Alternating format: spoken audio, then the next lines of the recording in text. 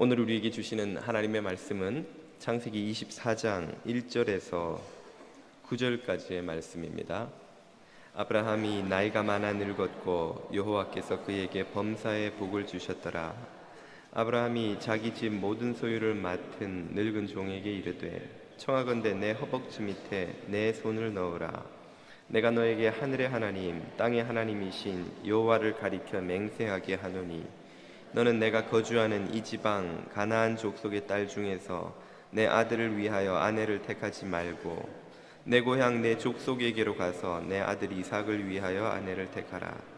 종이 이르되 여자가 나를 따라 이 땅으로 오려고 하지 아니하거든 내가 주인의 아들을 주인이 나오신 땅으로 인도하여 돌아가리이까.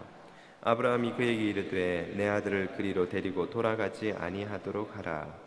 하늘의 하나님 여호와께서 나를 내 아버지의 집과 내 고향 땅에서 떠나게 하시고 내게 말씀하시며 내게 맹세하여 이르시기를 이 땅을 내 씨에게 주리라 하셨으니 그가 그 사자를 너보다 앞서 보내실지라.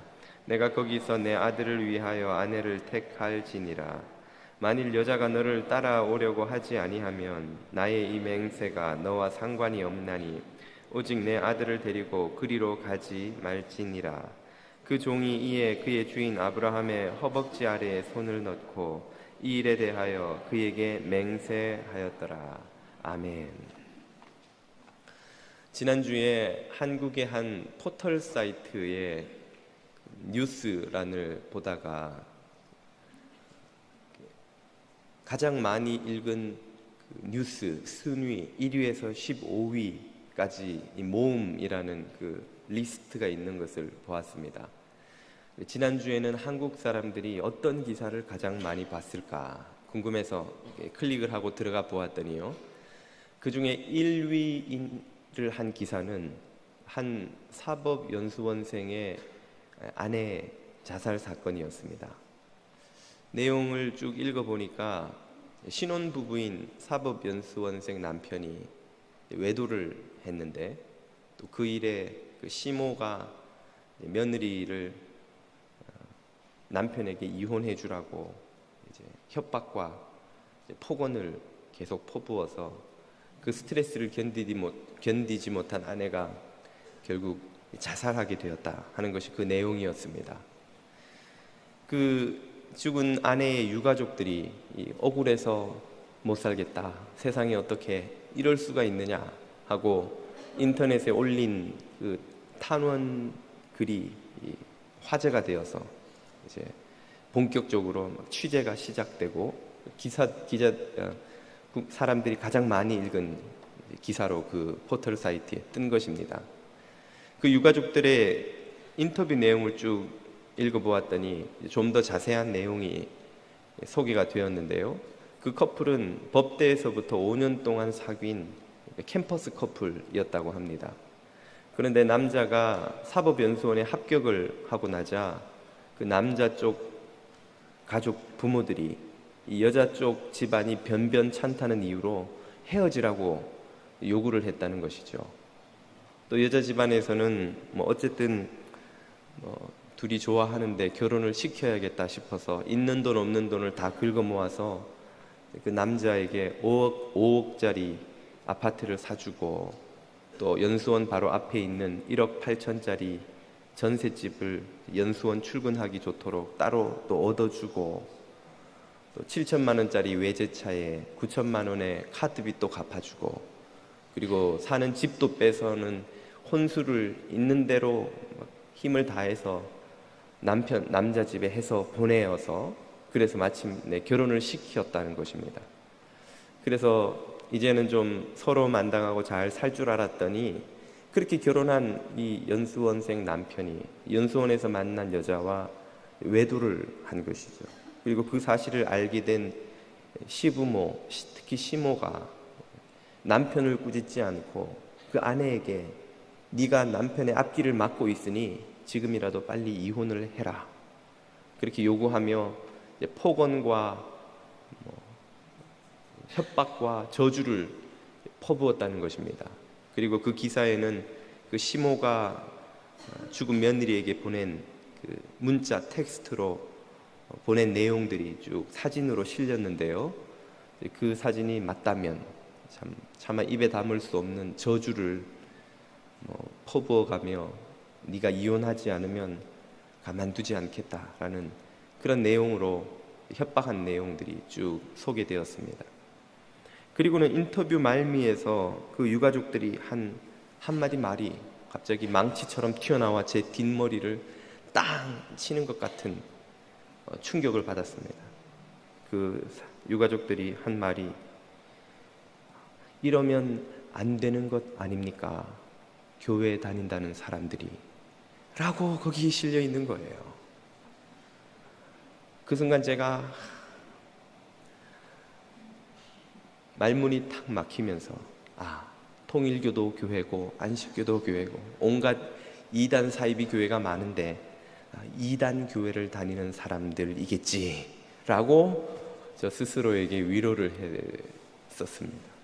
그리고는 한참을 생각해 보기를, 그러면 복음을 믿는 우리 정통 교회의 교인들, 우리들은 정말 결혼할 때나 혹은 사위나 며느리를 고를 때 그 사람들처럼 정말로 하지 않을 것인가? 우리는 정말 그들과 확실히 다른 기준을 가지고 있는가? 라는 질문을 던져보게 되었습니다. 그 답을 하는 것이 자신이 없었습니다. 그래서 오늘은 며느리를 잘 고르는 법이라는 주제의 설교를 한번 해볼까 합니다. 목사님 설교 시간에 귀한 시간에 무슨 며느리를 고르는 법을 가르쳐 주십니까? 이 문제를 다루면 그보다 더 중요한 진리의 교훈을 우리가 들을 수 있기 때문에 다루어 볼 가치가 충분히 있다고 생각이 됩니다. 게다가 오늘 읽은 우리 창세기 24장의 본문이야말로 아브라함이 그의 아들 이삭의 아내가 될 며느리감을 고르는 장면이기 때문이지요. 한마디로 오늘 본문은 제목을 붙여보자면 아브라함의 며느리 공수작전 정도가 되겠습니다. 24장을 읽으셨는데요, 창세기 25장에 이르면 아브라함은 마침내 긴 생애를 마치고 임종하게 됩니다. 그리고 바로 그 앞에 있는 23장과 24장에서 아브라함은 두 개의 중요한 사건, 행동을 하죠. 첫 번째는 한 달 전쯤에 제가 설교를 했던 아내 사레의 묘지를 사는 것입니다. 그리고 두 번째는 오늘 읽은 아들 이삭의 며느리 아내감을 구하는 것이지요. 이 두 가지는 모두 아브라함이 하나님께로부터 받은 약속의 성취를 준비하는 사건이라고 할 수 있습니다. 아내의 묘지를 사는 것은 땅을 주겠노라는 약속, 아들의 아내 며느리를 고르는 것은 자손을 주겠노라는 약속이 성취될 것을 기대하며 준비하는 것이죠. 우리가 생애의 마지막이 다가오면 우리의 삶을 정리하는 동시에 우리의 후손들이 내가 세운 기업, 내가 일으킨 가문, 내가 해오던 가업들을 잘 이어받기를 기대하지 않습니까? 바로 그런 심정으로 지금 아브라함은 아들을 위해서 자손의 약속과 땅의 약속을 성취될 것을 기대하며 지금 준비를 하고 있는 것이라고 할 수 있습니다. 그리고 이 약속의 성취를 바라보며 아브라함이 며느리감을 고르기 위해서 집에서 집사 노릇을 하는 늙은 종을 부릅니다. 오늘 본문에는 그의 이름이 나오지 않지만 창세기 15장으로 돌아가 보면 그의 이름을 다메섹 사람 엘리에셀, 아람족 엘리에셀이라는 종으로 소개하고 있습니다. 이 엘리에셀을 나중에 신학자들은 신약의 성령님의 모델이라고 해석을 하곤 했습니다. 아버지 아브라함의 명을 받아 아들 이삭의 신부를 찾으러 엘리에셀이 먼 여행을 하지요. 이것은 마치 성부 하나님의 보내심을 받아 성자 예수님의 신부될 교회를 세우는 성령님의 역할과도 유사하기 때문에 그렇게 보기도 했던 것입니다. 아브라함은 이 엘리에셀을 불러서 자신의 침상에서 한 가지 약속, 맹세를 하게 만드는데요, 그 방식이 아주 인상적입니다. 오늘 본문 2절과 3절을 한번 보십시오. 청하건대 내 허벅지 밑에 너의 손을 넣으라. 내가 너에게 하늘의 하나님 땅의 하나님이신 여호와를 가리켜 맹세하게 하노니. 이 엘리에셀을 보내면서 내가 당부하는 대로 잘 임무를 수행하도록 맹세를 시키는데, 그 맹세하는 방식이 허벅지 밑에 손을 넣는 것입니다. 여기서 허벅지는 남자의 생식기를 비유적으로 대신해서 직접 표현하기가 민망해서 바꾼 표현이죠. 한마디로 생식기 밑에 손을 넣고 맹세하라는 겁니다. 아니, 맹세 방식이 많고 많을 텐데 하필 지저분하게 그 남의 생식기 밑에 손을 넣으려니 이게 도대체 무슨 소린가? 이것은 창세기를 읽어 통독을 해온 우리들만 알 수 있는 비밀이지요. 아브라함의 생식기에는 어떤 사인이 있습니까? 창세기 15장에서 그는 하나님의 명령대로 할례를 받았죠. 아브라함의 생식기에 있는 할례는 그가 하나님의 백성이라는 상징이며 하나님이 그의 삶에 지금 개입하고 계신다는 증거이기도 합니다. 바로 그 생식기 밑에 손을 넣고 하는 맹세는 그러므로 곧 아브라함에게 하는 맹세가 아니라 하나님에게 하는 맹세가 되는 것입니다. 그래서 3절에서 아까 읽으신 것처럼 내가 너에게 하늘의 하나님 땅의 하나님이신 여호와를 가리켜 맹세하게 하노니 라고 아브라함이 강조하는 것입니다. 다시 말하면 엘리에셀아, 네가 지금 하는 맹세는 나에게 하는 것이 아니고 하나님에게 하는 것이다. 그러므로 이 임무도 내가 시킨 것이라고 생각하지 말고 하나님이 맡기신 것이라고 생각하고 충성스럽게 감당해야 된다.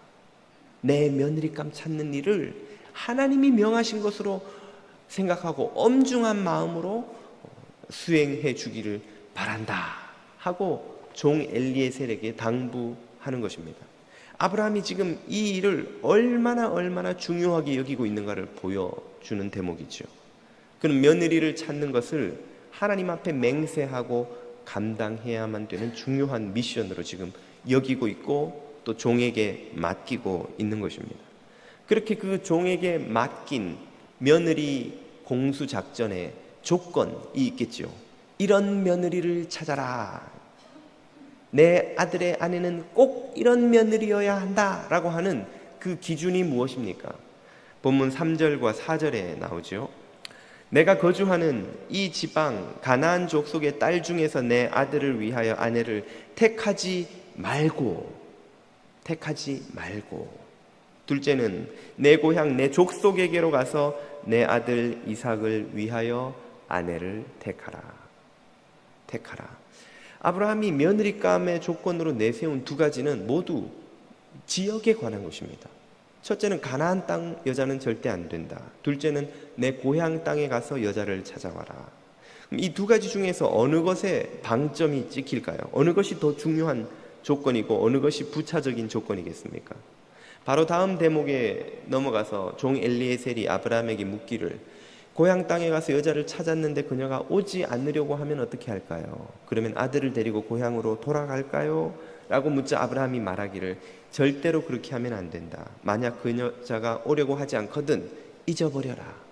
그 조건은 잊어버려라. 이 맹세는 신경 쓰지 마라 라고 함으로써 고향 땅에서 여자를 데리고 와야 한다는 것은 부차적인 조건이라는 걸 강조합니다. 그러면 절대로 양보할 수 없는 첫 번째 조건이 뭡니까? 그건 가나안 땅이면 안 된다는 거예요. 무슨 일이 있어도 이 가나안 땅 밖에서 찾되 가급적이면 가나안 땅 밖에 있는 넓은 땅 중에서도 내 고향 땅에 가서 찾으면 마음이 놓이겠다 하는 것이죠.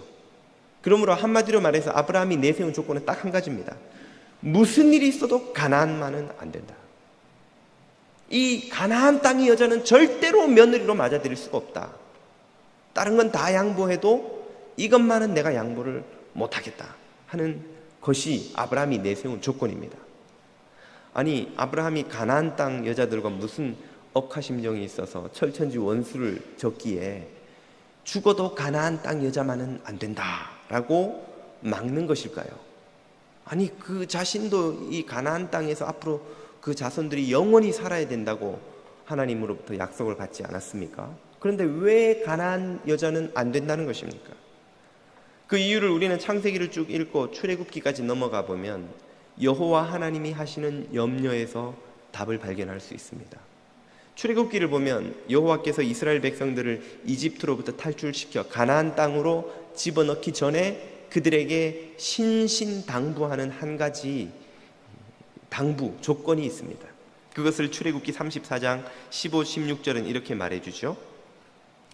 너는 삼가 그 땅 가나안의 주민과 언약을 절대로 세우지 말지니 이는 그들이 모든 신을 음란하게 섬기며 그들의 신들에게 제물을 드리고 너를 청하면 내가 그 제물을 먹을까 함이며 또 내가 그들의 딸들을 내 아들들의 아내로 삼음으로 그들의 딸들이 그들의 신들을 음란하게 섬기며 내 아들에게 그들의 신들을 음란하게 섬기게 할까 함이니라. 여호와의 백성들을 향한 염려가 여기 등장합니다. 그것이 무엇입니까? 아들들을 가나안의 여자들과 결혼시켜 통혼하면 그 여자들이 가지고 있는 온갖 우상 숭배와 타락한 문화가 고스란히 이스라엘 안으로 쏟아져 들어오게 된다는 것이죠. 그리고 그 결과는 이스라엘의 남자들이 모두 우상 숭배에 물들고 한번 거기에 빠지면 다시는 빠져나올 수 없다는 거예요. 가나안의 여자들이 결혼을 하면 어떤 일이 벌어집니까? 여보, 우리도 고리타분하게 여호와만 섬기다니 이런 답답한 사람이 어디 있어요? 보험을 많이 들어놔야지요. 바알도 섬기고 아세라도 섬기고 밀곰도 섬기고 몰록도 섬기고 여러 신들을 섬겨놔야 그 중에 하나는 딱 걸릴 거 아닙니까? 하나가 좀 못해도 다른 신들이 우리를 지켜줄 거 아니에요. 농사를 잘 지으려면 바알에게 제사를 지내야 되고, 자녀를 많이 가지려면 아세라에게 제사를 지내야 되고, 비즈니스가 잘 되려면 밀곰에게 자식 새끼 하나 제물로 뚝딱 바치면 그 본전 뽑고도 남아요. 애 하나도 아까운 거 아닙니다. 제대로 바치면 몇 배, 몇십 배로 밀곰님이 우리에게 돌려주시는데 그 신들을 다 골고루 믿어야지 여호와만 섬기면 어떡합니까? 라고 아내가 집에서 매일매일 긁어대시면 처음에는 심지가 고진 남자라도 무슨 소리야, 여호와만 섬겨야지 그랬다가도 매일매일 긁어대면 자식 이기는 부모 없고 마누라 이기는 남편 없듯이 저 옆에 내가 저렇게까지 저러는데 내 한 번만 가주자. 한 번만 딱 가면 다시는 못 나오는 거예요. 거기는 바알의 제사 방식은 제가 전에 말씀 한번 드렸죠. 바알 신전은 중앙 제사의 성소 옆에 룸들이 쭉 있습니다. 그 룸에는 여사제들, 좋은 말로 해서 여사제들이고 성전의 창녀들, 성창들이 룸마다 대기하고 있다가 남자들이 제사를 지내고 나면 바알이 비를 주려면 더욱 흥분해야 되기 때문에 바알을 흥분시키기 위한 제사의 공식적인 제사 절차로 남자들을 하나씩 데리고 들어가서 방에서 잠자리를 하는 거예요. 이 제사 방식을 일단 한번 맛보면 이 무미건조 맹맹 별 맛도 없는 여호와 제사는 이게 시시해서 다시는 못 드리는 거예요. 그 짜릿하고 그 멋진 바알 제사에 한번 빠지면 이 여호와를 섬기는 것은 아무 더 이상 매력이 없어지는 그런 우상 숭배에 빠져들고야 말 것을. 그리고 마침내 그 결과는 가문의 몰락뿐 아니라 국가의 멸망이라는, 후에 아수르에게 북왕국이, 바벨론에게 남왕국이 철저하게 파괴되는 결과를 가지고 올 거라는 것을 주님이 너무나 잘 아셨기에 무슨 일이 있어도 너의 자식들을 그 가나안에서 자란 여자들과 결혼시켜서는 안 된다는 겁니다. 그리고 이것을 아브라함이 75세에 가나안에 들어와 그 땅에 있는 사람들과 장사하며 거래하며 함께 살며 그 동네에서 그 여자들이 그 아이들이 어떻게 자라는지를 본 거예요.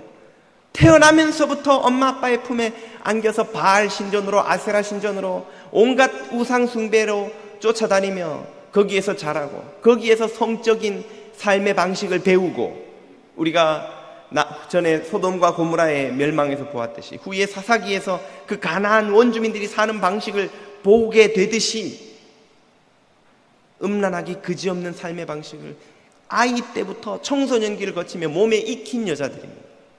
그녀들이 집안에 들어오면 집안이 박살난다는 걸 아브라함은 알았던 거예요.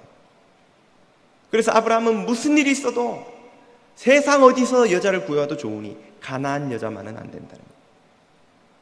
할 수만 있으면 우리 고향이면 좋겠지만 그보다 더 중요한 건 가나안이면 안 된다는 거예요. 그래서 아브라함은 이것을 그의 아들 이삭의 와이프를 고르는데도 적용하지만 이삭에게 잘 가르칩니다. 그래서 이삭도 나중에 그의 아들 야곱의 아내 며느리를 고를 때 똑같은 기준을 제시하죠. 창세기 28장 1절 2절입니다. 이삭이 야곱을 불러 그에게 축복하고 또 부탁하여 가로되 너는 가나안 사람의 딸들 중에서 아내를 절대로 취하지 말고 일어나 밧단 아람으로 가서 너의 외조부 부두엘의 집에 이르러 거기서 너의 외삼촌 라반의 딸들 중에서 아내를 취하라. 이삭도 알았던 것입니다. 이삭도 아버지에게 배운 거예요. 이 땅에 이 우상 숭배와 이 음란의 문화를 가진 여자를 집안에 들이면 집안이 망한다는 것을 알았기 때문에 절대로 허락하지 않는 것이죠. 아브라함과 이삭과 같은 이 믿음의 조상들에게 있어서 삶의 가장 중요한 기준은 무엇입니까? 그것은 바로 하나님의 백성으로 거룩하게 순결하게 살아가는 것이죠. 만약 아브라함이 권력이나 지위가 중요한 사람이었다면 그에게 불가침 조약을 맺자고 찾아와 사정했던 그랄 왕 아비멜렉이 있는데 그의 수많은 딸들 중에 하나를 골라서 충분히 사돈을 맺을 수 있었을 것입니다. 만약 그가 돈이 중요한 사람이었다면 만물의 막벨라 굴을 사면서 거래했던 해쪽 속의 그 토호 세력 중에 많은 부자들 중에 한 집을 골라서 그 집 딸을 며느리로 삼을 수 있었을 것입니다. 이 종 엘리에셀이 이 아브라함의 사람됨을 몰랐다면 아마 그렇게 간청했을지도 모릅니다. 아니 주인님, 기왕 이 가나안 땅에서 뿌리 내리고 살 거라면 주인님을 무서워하는 두려워하는 저 토 세력들 중에 유지들, 왕들, 귀족들 중에 한 사람 골라서 사돈 맺으시지요. 그러면 주인님 비즈니스는 그야말로 대박 나는 겁니다. 겨우 구멍가게 같은 중소기업 하나 하고 있다가 현대가 삼성가와 사돈을 맺을 수 있는 기회가 왔는데 주인님 왜 그거를 거부하십니까? 왜 그 먼 데까지 가서 며느리를 데려와야 되는 겁니까? 가나안 땅에 살 거잖아요. 가나안 땅에 널린 게 귀족들, 부자들, 왕들의 자손 딸들 아닙니까? 그들과 결혼해야 주인님도 남는 장사를 하죠. 주인님 사업이 불처럼 일어나는 겁니다. 더 이상 유목민으로 떠돌 필요 없이 커다란 땅에 토호 세력으로 주인님도 자리 잡는 겁니다. 이런 기회를 왜 놓치세요, 주인님? 아마 엘리에셀이 아브라함에게 그렇게 건의했을지도 모릅니다. 그가 그런 말을 하지 않는 이유는 평생을 섬긴 주인 아브라함이 어떤 사람인지 알았기 때문이겠죠. 아브라함에게는 그 어떤 권력도 부도 지위도 그의 삶의 비전, 거룩한 하나님의 백성으로 순결한 삶을 살아가는 것보다 더 중요한 것은 없었던 것입니다. 그랬기 때문에 거룩을 지키기 위해, 순결을 지키기 위해 그 기준을 가지고 지금 며느리를 찾고 있는 것이지요. 이것은 오늘 우리 그리스도인들에게 도전하는 바가 얼마나 큰지요. 이 세상을 살아가는 그리스도인 성도들의 삶에 가장 중요한 기준이자 비전이 되어야 하는 것이 있다면 무엇이겠습니까? 그것은 성도, 거룩한 믿는 이들이라는 그 이름에 걸맞게 하나님의 자녀답게 천국의 백성답게 거룩하게 순결하게 살아가는 것입니다. 주님께서 받으실 만한 거룩한 삶을 제사로 올려드리는 것, 이것이 우리의 비전이 되어야 합니다. 그래서 야고보서 1장 27절에서 야고보 사도는 이렇게 가르치시죠. 하나님 아버지께서 보시기에 깨끗하고 흠이 없는 경건은 어려움을 겪고 있는 고아들과 과부들을 돌보아주고 자기를 지켜 새 속에 물들지 않게 하는 것입니다. 새 속에 물들지 않는 것. 이 세속이라는 단어는 원래 불교 용어입니다. 헬라어 원어에는 코스모스, 세상, 우주라는 뜻으로 번역되는 단어가 들어있죠. 세속이라는 이 단어의 의미는 하나님을 두려워하지 않는 세상의 풍조를 가리킵니다. 하나님 없이 살아가는 사람들의 삶의 방식, 거기에 물들지 말라는 거예요. 하나님을 두려워하지도 않고 하나님을 의식하지도 않고 살아가는 사람들의 삶의 방식을 모방하지 말라는 거예요. 거기에 쫓아가지 말라는 것이죠. 로마서 12장 2절에서도 말씀하시기를 너희는 이 세대를 본받지 말고,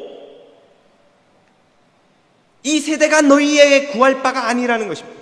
이 세상의 삶의 방식은 너희들이 쫓아가면 안 된다는 거예요. 본받지 말고 오직 마음을 새롭게 함으로 변화를 받아 하나님의 선하시고 기뻐하시고 온전하신 뜻이 무엇인지 분별하도록 하라. 이 세상의 풍조, 이 세상의 삶의 방식은 무엇입니까? 리처드 포스트라는 영성작가는 그의 유명한 베스트셀러 돈, 권력, 섹스라는 책에서 이 세상 사람들의 비전 3가지가 바로 이것이라고 정의합니다. 세상 사람들이 오매불망 갖기를 원하고 이루기를 원하고 소유하기를 원하는 것이 무엇입니까? 돈, 머니, 권력, 세상의 지위와 명예, 섹스, 쾌락, 즐거움, 이 3가지를 위해 사람들은 살아간다는 것이죠. 이 세상의 모든 카메라는 이 3가지를 손에 쥔 사람들을 스팟라이트를 쏘며 비춥니다.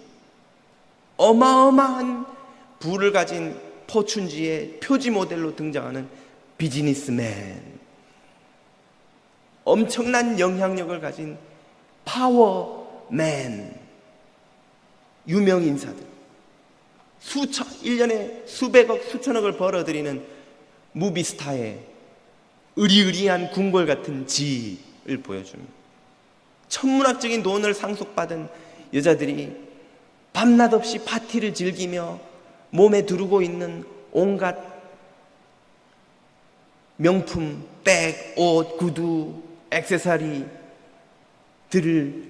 비춰주며 이런 걸 소유하고 이런 걸 즐기고 이 자리에 오른 사람이 행복한 사람이요, 성공한 사람이요, 우리의 꿈이요, 비전이요, 오매불망 구해야 되는 삶의 목표입니다 라고 가르치고 있죠. 세상 사람들은 거기에 아멘하고 그 성공의 신전 앞에 무릎 꿇고 나도 저리 되기를 원하나이다 하고 경배하고 있을 그때에 우리 그리스도인들은 그것을 쫓아가서는 안 된다는 것입니다. 우리 그리스도인들의 비전은 순결이며 거룩이며 하나님의 백성으로 살아가는 것이죠. 방금 읽은 로마서 12장 2절의 바로 앞에 1절에서 이렇게 사도 바울은 권합니다. 그러므로 형제들아, 내가 하나님의 모든 자비하심으로 너희를 권하노니 너희 몸을 하나님이 기뻐하시는 거룩한 산 제사로 드리라. 이것이야말로 너희가 드려야 될 참된 영적 예배니라. 우리의 비전은 우리의 삶이 하나님이 받으실 만한 제물이 되는 것입니다. 제물의 가장 중요한 조건이 무엇인지 말씀을 드렸었죠. 그것은 바로 정결함, 순결함입니다. 제사장들의 가장 큰 임무는 사람들이 제사를 지내기 위해 끌고 온 양이나 염소들이 흠이 없는 것인지를 검사하는 것이죠. 머리끝부터 발끝까지 샅샅이 뒤져보고 조금이라도 흠이 있으면 이것은 제물로 쓸 수가 없습니다. 가져가시고 깨끗한 것으로 가져오십시오. 이것으로는 제사를 드릴 수도 없을 뿐더러 드려도 주님이 받지도 않으시고 진노하실 것입니다. 깨끗한 제물을 가지고 오십시오. 그래야 당신의 죄를 사하는 대속물이 될 수 있습니다. 우리들의 삶이 주님 앞에 올려드리는 깨끗한 제물이 되는 것, 이것이 우리 그리스도인들의 비전입니다. 우리 그리스도인들은 포춘지에 얼굴이 나오는 것이 비전이 아닙니다. 우리 그리스도인들은 아메리칸 주님을 이루어 의리의리한 집과 비즈니스를 거대하게 가지는 것이 우리의 꿈이 아닙니다. 우리는 아프지 않고 노년에 온갖 크루즈도 가고 골프도 하고 세상 사람들이 즐기는 건 나도 빠짐없이 다 즐겨보고 여한 없이 살다가 죽는 것이 우리 그리스도인들의 비전이 아닙니다. 어찌하든지 우리의 삶이 주님이 받으실 만한 거룩한 산 제물이 되도록 올려드리는 것, 이것이 우리 그리스도인들의 참된 비전입니다. 오늘 세상은 이 비전을 상실한 지 오래입니다. 순결과 거룩을 위해 사는 이름도 빛도 없는 사람들을 이 세상은 멸시합니다. 조롱합니다. 무시합니다. 바보라고 손가락질을 합니다. 그러나 가나안 땅에서 내노라 기침 한번 할 수 없었던 이 아브라함은 당시 가나안의 수많은 귀족들과 부자들과 왕들이 사라지고 쓰러지고 기억에서 잊혀지는 동안 지금까지도 우리의 믿음 안에 살아있으며 하나님의 나라에서 영원히 사는 참된 별이 되었습니다. 거룩함이 마침내 승리합니다. 순결함이 마침내 승리합니다. 거룩과 순결한 삶을 사는 성도들을 주님은 잘하였도다 착하고 충성된 종아라고 칭찬해 주십니다. 그리스도인들이 바라보는 것은 바로 이것입니다. 마침내 거룩이, 마침내 순결이 모든 것을 이깁니다. 그리스도인들이 거룩과 순결을 회복할 때야 비로소 빛과 소금이 될 수 있습니다. 거룩과 순결을 잃은 그 어떤 소금도 쓸모가 없습니다. 제 아무리 유창한 설교를 하는 목사도, 제 아무리 성공한 비즈니스맨도, 제 아무리 이름난 재능을 가진 크리스찬 예술가도 거룩과 순결을 잃어버리면 울리는 꽹과리와 같아서 아무 쓸모 없는 존재가 됩니다. 세상 사람들에게는 어떤 칭찬을 받을지 모르나 하나님께로부터 잘하였도다 착하고 충성된 종아 칭찬받을 수 없는 이들이 되는 것이죠. 그것을 깨닫고 아는 그리스도인들의 비전은 바로 주님 앞에 거룩하고 순결하게 살아가는 것입니다. 거룩이 승리하는 줄 믿습니다. 순결이 영원한 상을 받는 줄 믿습니다. 저는 이 비전을 품기를 원합니다. 여러분도 그렇지 않으십니까?